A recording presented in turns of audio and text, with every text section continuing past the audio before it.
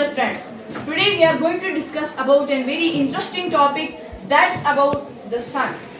So before we start our topic, we should know that what's the sun? The sun is a huge luminous ball that's mainly made up of hot gases. This sun it contains about 3/4 of hydrogen and a quarter of helium, means 1/4 of helium. This sun it is 1.3 million times the volume of the earth and 333,420 times heavier.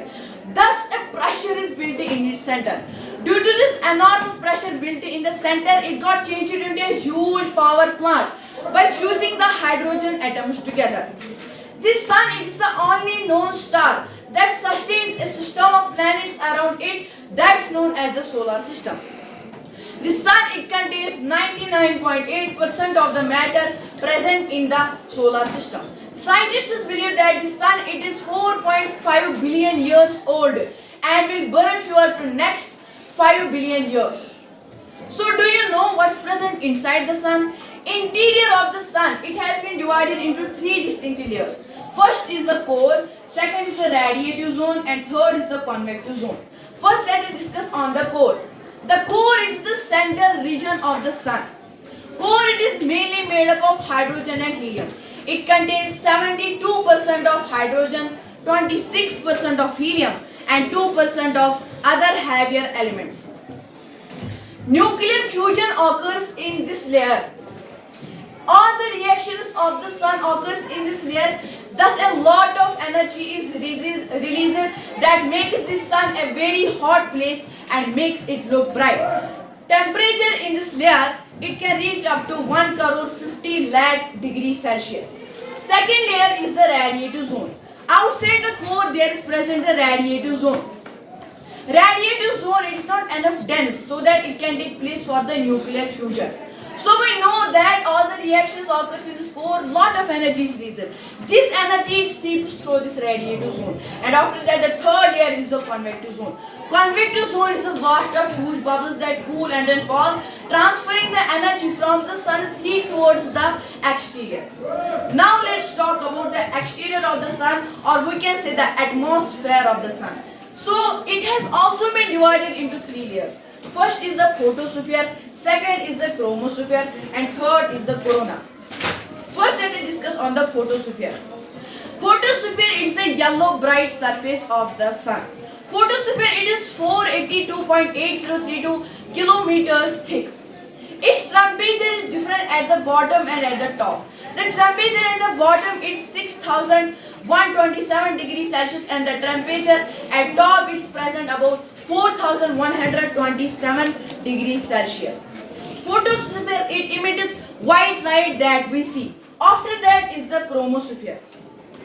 Chromosphere is the thick layer above the photosphere. It's about 1,985.93 kilometers thick.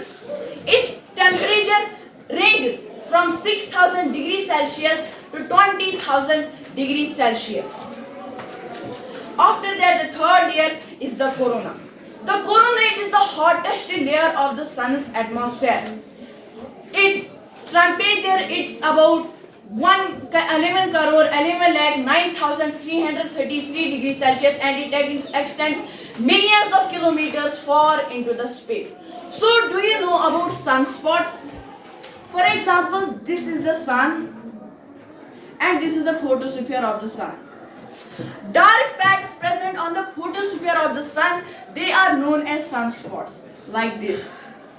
Dark patches. They look darker because they are cooler as compared to their surroundings. The darker region of these sunspots is known as umbra.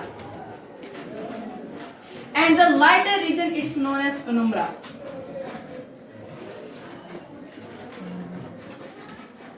Now let's talk about the eclipse of the sun.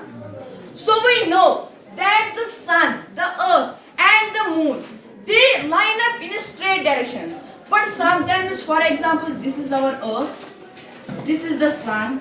The moon it comes between sun and earth and blocks the sun is falling on a particular part of the earth and makes it hidden. Again the concept of umbra and penumbra. The darker region where the shadow of moon more falls, that's known as umbra. And the lighter region where partially shadow of moon falls, that's known as penumbra. So how this sun was formed? Before a long time there was a rotating cloud of dust and gases. That cloud it collapsed and formed a huge bulge and large discus. The huge bulge it formed the sun and the large discus they formed the planets, hence the solar system was formed. So this was all about my today's topic. Hope you have liked it. Thank you.